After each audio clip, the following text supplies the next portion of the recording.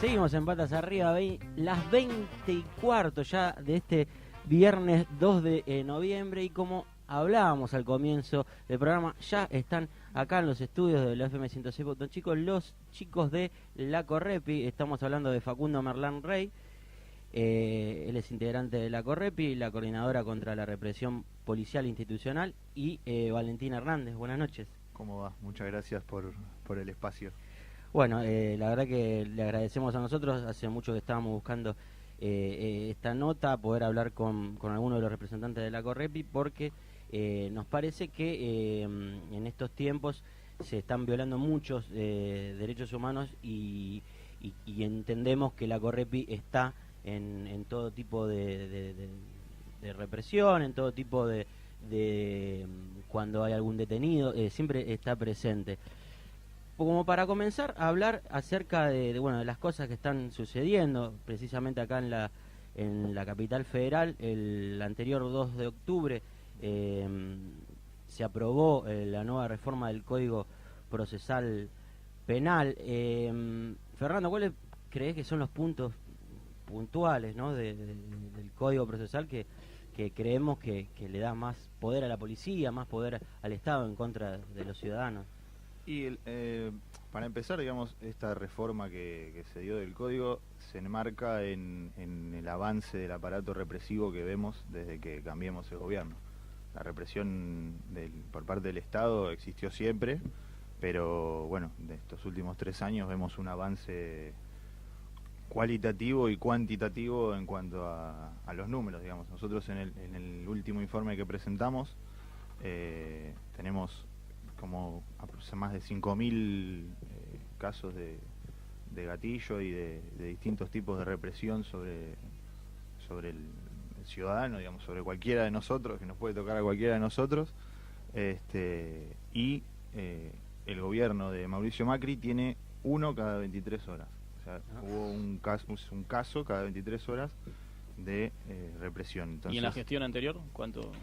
Y en la gestión anterior no me acuerdo los números, pero era un número muy grande. Lo que pasa es que también fue una gran cantidad de años, ¿no? Digamos, claro. Entre Néstor y Cristina fue un número importante.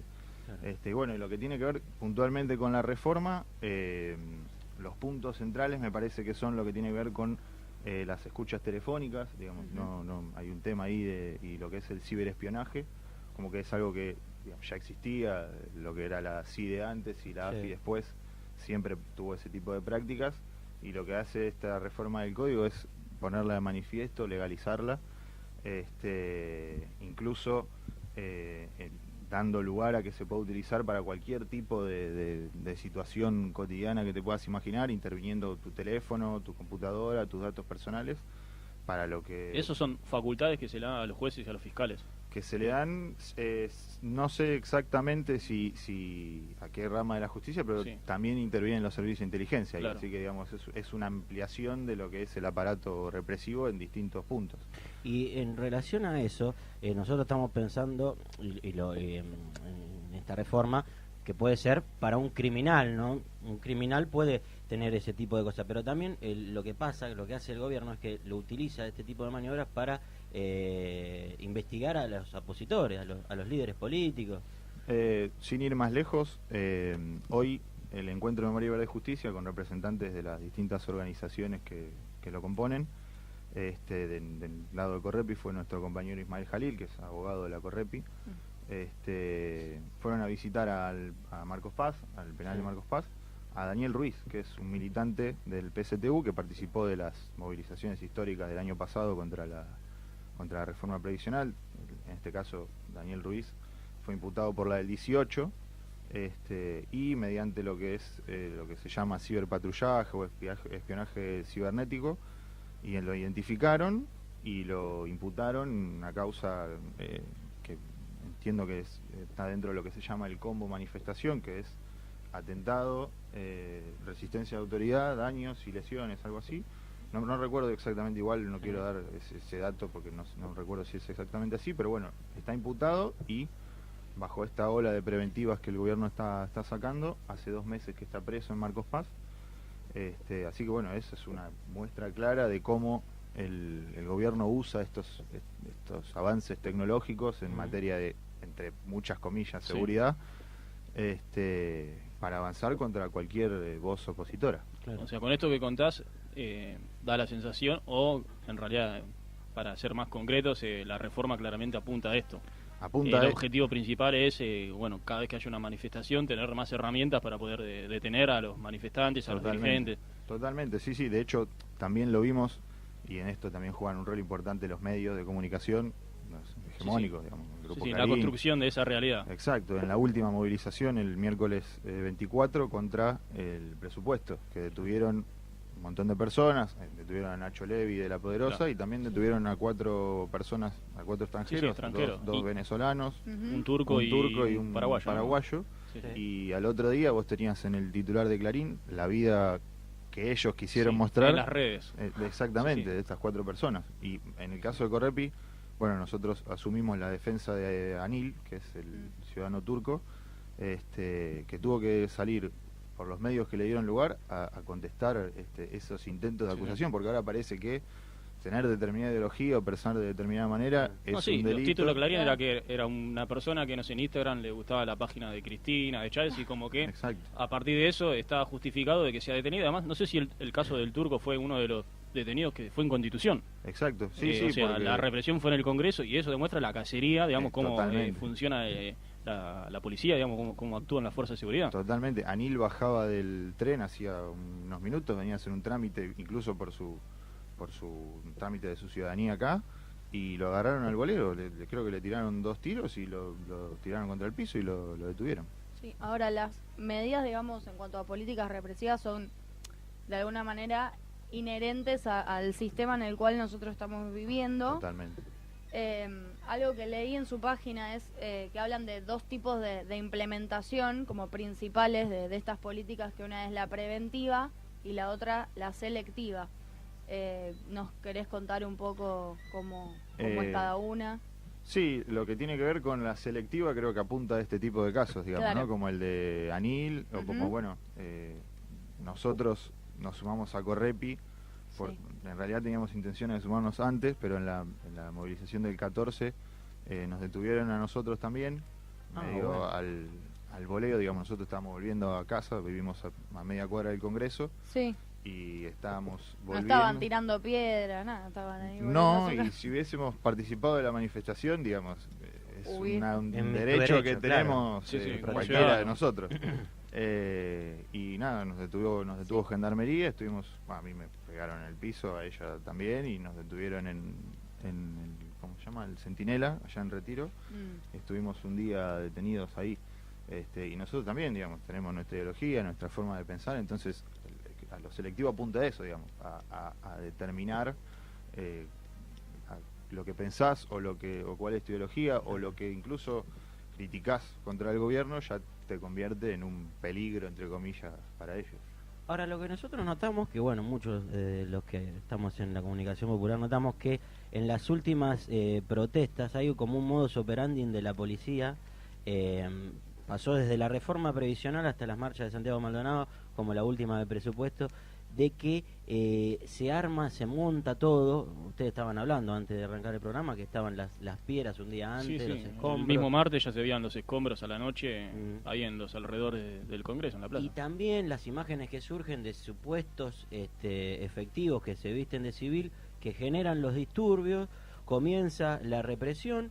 Y luego comienza una cacería de personas al voleo, y en donde ¿qué pensás? ¿Crees que es como una política represiva que ya lleva adelante el gobierno de Cambiemos? Yo creo que ahí hay que diferenciar 2 cosas. Por un lado, lo que mencionabas de las piedras, por ejemplo, bueno, eso me parece que fue bastante evidente, pero de todas formas me parece que es un punto más que en realidad es en lo que se busca hacer foco por sobre otra problemática, que es cómo se dispuso el operativo ese día, cómo se disponen los operativos, cómo cada vez amplían más el marco de fuerzas que pueden intervenir en los operativos. Por ejemplo, en Córdoba, en el mes de abril de este año, se dispuso una medida que se llamó Comando Unificado, en la que a algo que ya venía pasando, que era una especie de operativo de saturación en el que intervenían la Policía Federal y Prefectura, se le sumaron otras fuerzas. Una fuerza que no recuerdo el nombre exacto, pero es Policías Antinarcotráfico, un nombre así. Fuerza Policial Antinarcotráfico y la Gendarmería, que deriva en casos como el que se vio hace una semana más o menos, en la Gendarmería que sube al colectivo a requisar a la gente, bajo una ley que menciona en el video el gendarme. ¿Hecho en los mismos medios o fue de alguna manera defendiendo ese operativo? Porque decían cómo la maestra osa preguntarle al policía, como si eso estuviese mal, ¿no? Preguntarle qué están haciendo, ¿no? Claro. ¿Por qué te tengo? No, y aparte entiendo que en este cambio de tiempo que hubo desde que gobierna el gobierno de Cambiemos, ¿no? Mauricio Macri, hay como un cambio de época hasta en la policía, cómo te pueden pedir el documento, por ejemplo, que se volvió a pedir eso, y que mucha gente más grande, viste, al hablar con tus padres, era algo que pasaba en el proceso de una dictadura. Sí, yo creo que la impunidad siempre la tuvieron, pero con un gobierno como este en el poder es como que esa impunidad se termina potenciando. Y esa es la sensación que me da. Es que ahora es, digamos, la represión, nosotros siempre decimos que es política de Estado. ¿Desde qué punto de vista? De que hay una sociedad de clases donde en esa disputa el poder dominante utiliza las fuerzas represivas contra los explotados. Claro, sí. Lo que pasa hoy en día, lo que se ve hoy en día es que del lado del gobierno es abiertamente así.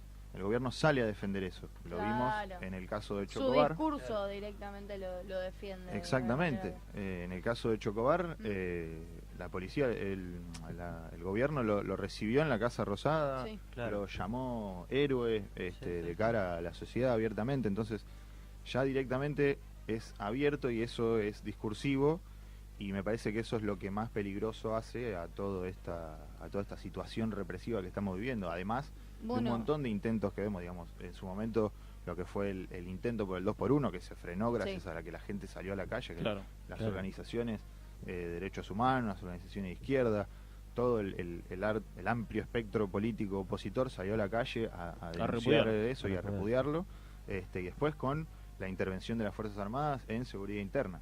Digamos, eso es otra avanzada represiva clara, que amplía y termina de demostrar este objetivo político de Cambiemos que con respecto a todos nosotros. Sí. Había un caso de creo que fue en La Boca, hace unos cuantos meses, que un policía mató por la espalda a un pibe que le había robado el caso de Chocobar, el celular. Es que le roba la cámara a un turista norteamericano. Ese es el caso exacto del hecho. Que ahora va a juicio. Ahora va a ir a juicio, exactamente. Pero el presidente dijo, lo felicitó. No, de hecho, bueno, ya que lo traemos el caso, ayer, Patricia Bullrich justamente hizo declaraciones donde lo estaba defendiendo él, a Chocobar. Y además, habló, ¿no? Dijo esto del que quiere estar armado, que esté armado, como que Argentina es una sociedad libre. Sí, también ahí hay que tener en cuenta, digamos, quién es Patricia Bullrich y a qué intereses responde. Me parece que es algo que también se enmarca en lo que está pasando en Latinoamérica en este momento, digamos, con todos los gobiernos conservadores que están, y xenófobos, como el caso de Bolsonaro, digamos, fascistas directamente, que responden a intereses norteamericanos. Entonces, Patricia Bullrich digamos, no es algo aleatorio, responde directamente a esa bajada de línea. Y lo que tiene que ver con lo que dijo ayer sobre el que quiera andar armado, que anda armado, y el que no, responde a eso, digamos. Todos sabemos que la sociedad... Sí, después se dio cuenta y como que dijo, no es nuestra intención, pero lo dijo. Ya lo dijiste. Es que en realidad no sé si se dio cuenta o si dijo lo que quería decir directamente, ¿no? Como para dejarlo de una manera dibujada, pero bajando línea claramente. Todos sabemos cómo funciona la sociedad estadounidense con respecto al uso de armas, entonces me parece que es una bajada de línea en ese sentido.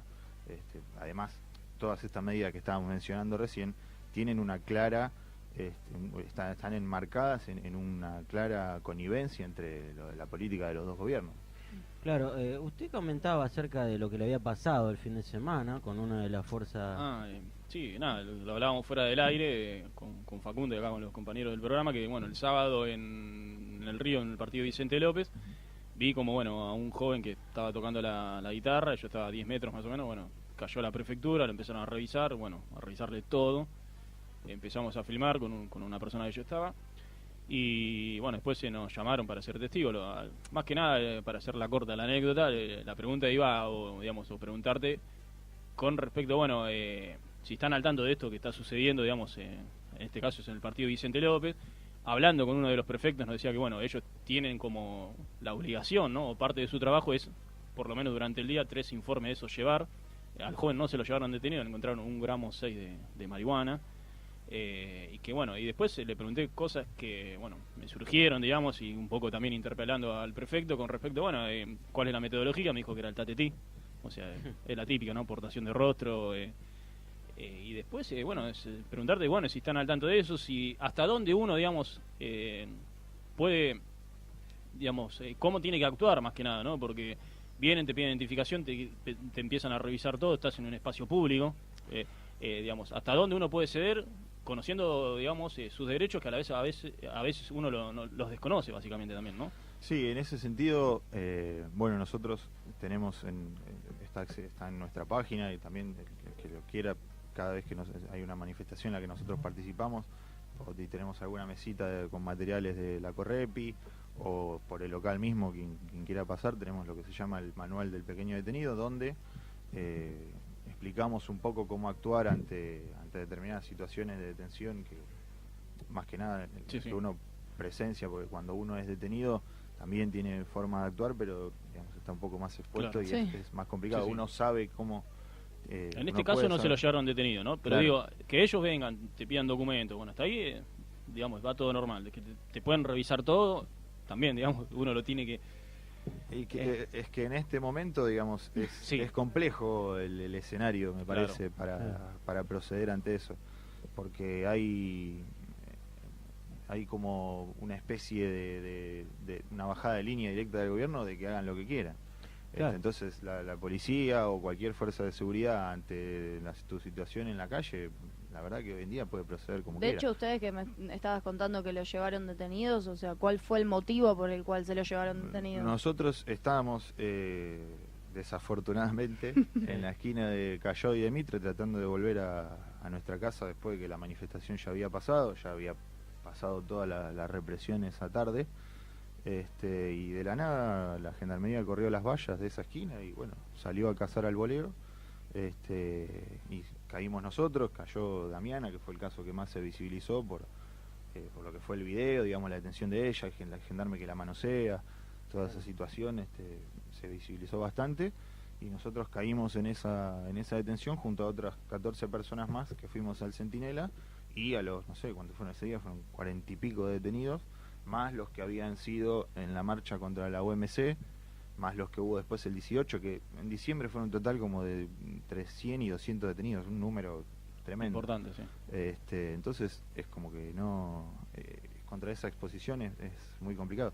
Por ejemplo, otro caso para explicar y enmarcar cómo funciona esto. Hace una semana, con defensa de la Correpi, más específicamente de Carmen de Verdú, una de nuestras referentes, hemos llevado a juicio al policía Otero, policía de la ciudad, y condenado a perpetua por el asesinato de Cristian Paragüita Toledo, que es un chico que iba con 2 amigos en el auto, por una maniobra en un semáforo intercambió alguna palabra, algún insulto con el efectivo que no estaba identificado como tal. Claro. Y el policía lo persiguió durante algunas cuadras disparando, tiró aproximadamente 8 disparos y uno de ellos le pegó a Cristian y lo mató. Y bueno, no le pegó a los otros chicos de casualidad. Sí.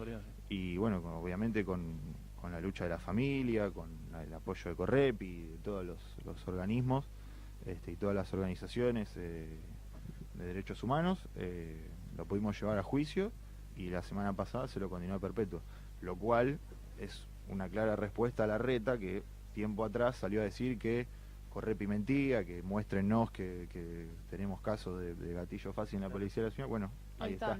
Ahí hay uno. Ahí está. Otro de los casos que también nos tocó de cerca por una cuestión de conocimiento fue el caso de Christopher Rego, que ese fue, el chico fue que se había topado con un control de prefectura. Claro. De prefectura. Que lo evita porque se había olvidado los papeles de la camioneta, una cosa así. Lo evita, lo persiguen y le tiran, lo matan a sangre fría. Y bueno, nosotros también, de vivir muchos años en Pompeya, en el sur de la ciudad de Buenos Aires, porque la prefectura y la gendarmería quizás tienen una formación militar, no tienen una formación como tiene la formación de la policía, que tiene que contener en teoría. Vemos que en el sur de la ciudad o en los lugares más vulnerables es mucho más fuerte la posición que toman las Fuerzas Armadas de Seguridad, ¿no? Y porque básicamente son los sectores que más sufren el ajuste que este gobierno está llevando adelante. Son las personas que más lo sufren, que más lo viven, digamos. Eso nos afecta a todos, pero hay sectores que lo sufren aún más y son los que movilizan, son los que se organizan contra eso. Por eso surgen organizaciones como La Poderosa o nosotros mismos estamos insertos en muchos barrios. Correpi está acá en Capital Federal, está en el Gran Buenos Aires. El año pasado se abrió su regional en Córdoba, en Mendoza, este año Mar del Plata, digamos. Es como que estos sectores vamos entendiendo esto que nosotros pregonamos siempre, que es ante la represión y ante el ajuste que estamos sufriendo, la unidad, la organización y la lucha contra eso. Entonces, la respuesta del gobierno, claramente, en esta avanzada represiva, viene siendo esa: reprimir, saturar los barrios con prefectos, gendarmes, policías, la fuerza que sea, para reprimir a todo aquel que se manifieste o que resista ante este ajuste que están llevando adelante, que es tremendo. Y además el caso de Christopher en Parque Patricios dejó muy a la luz que hay también una interna entre las fuerzas, entre la federal, la prefectura, con respecto a jurisdicciones, espacios que supuestamente le pertenecían a la prefectura hasta la federal. Sí, además, también esta semana creo que hubo una toma de policía de la ciudad que querían volver a la federal, una cosa así. Pero eso, digamos, son internas que el gobierno viene manejando de alguna manera y que en realidad a ellos no les mueve el amperímetro, porque en definitiva, sea la fuerza que sea, el objetivo es uno solo, que es reprimirnos, ¿no? Más allá de sus internas, el objetivo es uno solo y a nosotros lo único que nos llegan son balas, palos y balas del sector que sea. Yo te hago una pregunta así medio por la historia, ¿no?, que estás planteando, la historia tuya de por qué te sumaste a la Correpi. Me parece muy noble lo que hace siempre la Correpi, que cada vez que hay un problema, hay una protesta, hay detenidos, son los primeros que están ahí para apoyar, están afuera, como presionando, ¿no? Una presión así, la presión que tiene que tener la población por el hecho de que si te detuvieron en una protesta tienen que salir. Nada, estando ahí detenido, decidiste formar parte de la Correpi. ¿Cómo fue eso? En realidad lo venía evaluando antes, sentía sentía la necesidad de formar parte de algún espacio. Yo había militado antes en el Frente Popular de Santillán un tiempo, había dejado de militar por algunos problemas personales y sentía la necesidad de participar, porque la verdad que el contexto, la coyuntura es cada vez más violenta y sentir uno que no, qué sé yo sentía que no estaba haciendo nada, básicamente, más allá de yo iba a toda marcha que podía y participaba, lo vivía de una manera individual, y ahí es donde uno entiende la importancia de estar organizado, digamos. No es solamente una consigna. Me parece que es la forma más importante y más que cumple más con la finalidad de enfrentar lo que estamos viviendo, que podemos encontrar, que es organizarse. Conocí a la Correpi, es una organización histórica, digamos, tiene muchos años, y me contacté con algunos que ahora son compañeros míos para tratar de formar parte. No nos pudimos encontrar, y cuando nos tocó caer detenidos en esa manifestación, la Correpi estuvo ahí al pie del cañón, difundiendo las listas, haciendo el aguante afuera del edificio Centinela.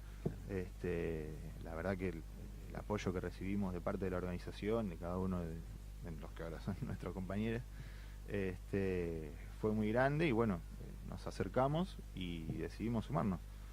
Entendemos que es una organización en esta coyuntura donde la represión avanza, es una organización que tiene un rol clave en todo esto, por el donde participamos, digamos, como vos decías, en las represiones, en cuanto a los detenidos, la importancia de movilizarse afuera de las comisarías. La semana pasada estuvimos afuera de la comisaría 9, que fue donde se llevaron a los detenidos de la movilización contra el presupuesto.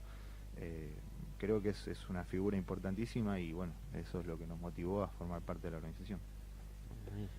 Yo te iba a preguntar ahora, sacándote no del tema, pero sí desde lo comunicacional, capaz, nosotros como comunicadores populares, como decía acá el compañero, ¿cómo hacemos para contrarrestar toda esa información, ¿no?, que sale del lado de los gigantes con respecto a lo que viene sucediendo últimamente, cuando, bueno, por más que uno esté ahí y vea como que hay infiltrados y cosas que son demasiado obvias, después, bueno, el ciudadano común, ¿no?, Doña Rosa, o el tipo que se levanta muy temprano a la mañana y que laburó 12 horas y pone la tele y pone personajes, no sé, como Feynman, por ejemplo.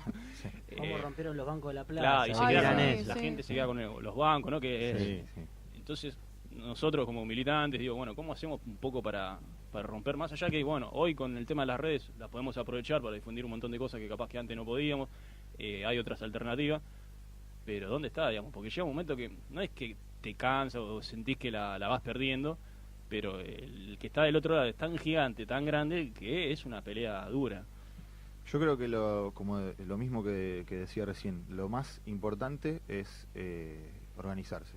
El rol de los medios alternativos, como ustedes o como cualquier medio alternativo a los medios hegemónicos que difunden la voz realmente de los que la estamos pasando mal con toda esta situación, y las voces que a los medios hegemónicos no les importa que la gente escuche, es fundamental en esta situación. El rol, más allá, como decías vos, de que el enemigo es gigante, que sí. los grupos hegemónicos tienen un alcance importantísimo, me parece que el rol de ustedes es fundamental en la difusión de escuchar lo que en otros lados no sale, dar espacio a que podamos venir nosotros o cualquier otra organización como nosotros, que venga a denunciar lo que pasa, que venga a hablar de lo que pasa y de lo que no nos quieren mostrar. Entonces me parece que en ese sentido el rol de los medios como el de ustedes es fundamental, y lo importante es generar una organización y no quiero usar una palabra de tinte religioso, pero como una especie de comunión entre todos los que estamos sufriendo y enfrentando el ajuste, porque digo, ustedes están en la misma que nosotros, no es que son están por fuera de lo que pasa. Entonces me parece que en ese sentido la organización y el hecho de poder compartir la información, de comunicarnos entre nosotros, de que podamos difundir lo que sale en otros medios compañeros, es fundamental. Me parece que ese es el camino que nos queda de acá a la eternidad, lo que haga falta. Me parece que el hecho de ver que el enemigo es muy grande, lo último que tiene que hacer es desgastarnos y hacernos bajar los brazos. Me parece que lo importante es que todos tenemos el horizonte claro, y eso hay que transformarlo en más lucha, más organización, y más fuerza para ir contra todo esto que estamos viviendo. Bueno, te agradecemos mucho, Facundo Merlán Rey y Valentín Hernández por participar. Sí, difundir las redes, ¿no? Ya recién comentaba, bueno, que tiene Correpi para aquellos que tenemos la página, que es correpi.org, y si no nos pueden encontrar en Instagram como correpi_, Correpi Organización en Facebook o @Correpi en Twitter. Ahí nosotros generalmente, bueno, más allá de publicar obviamente las listas de detenidos en las movilizaciones, en la situación que haya, difundimos todo lo que respecta a la situación, los análisis que hacemos nosotros sobre la situación que estamos pasando, aniversarios de casos de gatillo fácil o de situaciones de represión que nos ha tocado llevar adelante o no, digamos. gente que ha sufrido la represión y todo tipo de... Y casos de personas que están desaparecidas también. Por supuesto. Daniel Solano. Daniel Solano, sí. Digamos, todo lo que atañe a represión y coyuntura y todo lo que todo lo que queremos decir con respecto a eso, lo pueden encontrar en nuestras redes. Estás escuchando Patas Arriba.